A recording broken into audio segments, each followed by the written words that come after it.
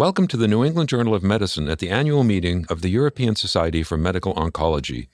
I'm Stephen Morrissey, managing editor, and I'm talking with Eric Rubin, editor-in-chief, and Oladapo Yeku, associate editor of NEJM Evidence.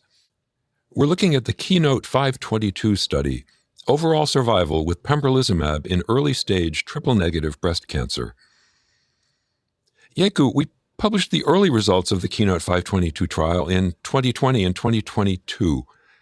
What did those results show, and how did they affect practice?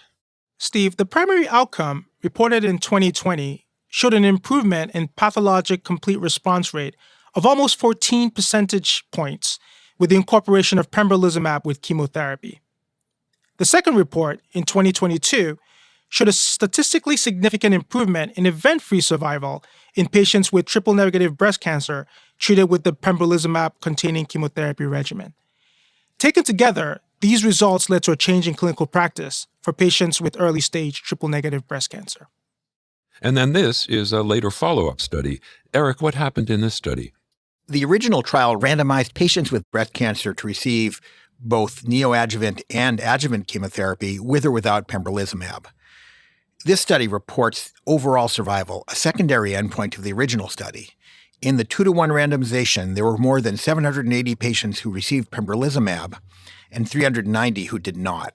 At a median of 75 months of follow-up, overall survival at 60 months was more than 86% in those who received pembrolizumab and almost 82% in those who did not, a statistically significant difference. Patients in the pembrolizumab group had additional adverse events consistent with the known effects of this agent. Yeku, in a different study presented at ESMO involving adjuvant pembrolizumab for high-risk muscle-invasive bladder cancer, PD-L1 expression was not predictive of the response to pembrolizumab. What was the finding in that regard in this study? Similar to that report that's being presented at this meeting, the overall survival benefit conferred by the addition of pembrolizumab to chemotherapy in triple-negative breast cancer did not depend on PD-L1 expression. Yeku, this isn't the first time we've seen a relatively poor correlation between the amount of PD-L1 expression and the response to therapy with pembrolizumab and similar agents.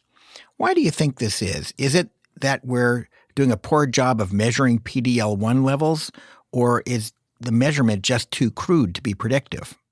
Eric, I think it's likely all of the above. We also have to remember that PD-L1 is a dynamic marker in certain tumor types, meaning that it could be upregulated at a later time point between when testing was done and when we're evaluating efficacy radiographically or on scans. In addition, solid tumors are very heterogeneous. So archival tissue or biopsies that are submitted from one site of disease might have a completely different PD-L1 expression profile than a tumor metastatic deposit in a different part of the body. Thank you, Yeku. Thank you, Eric. The report of this study is now available at nejm.org.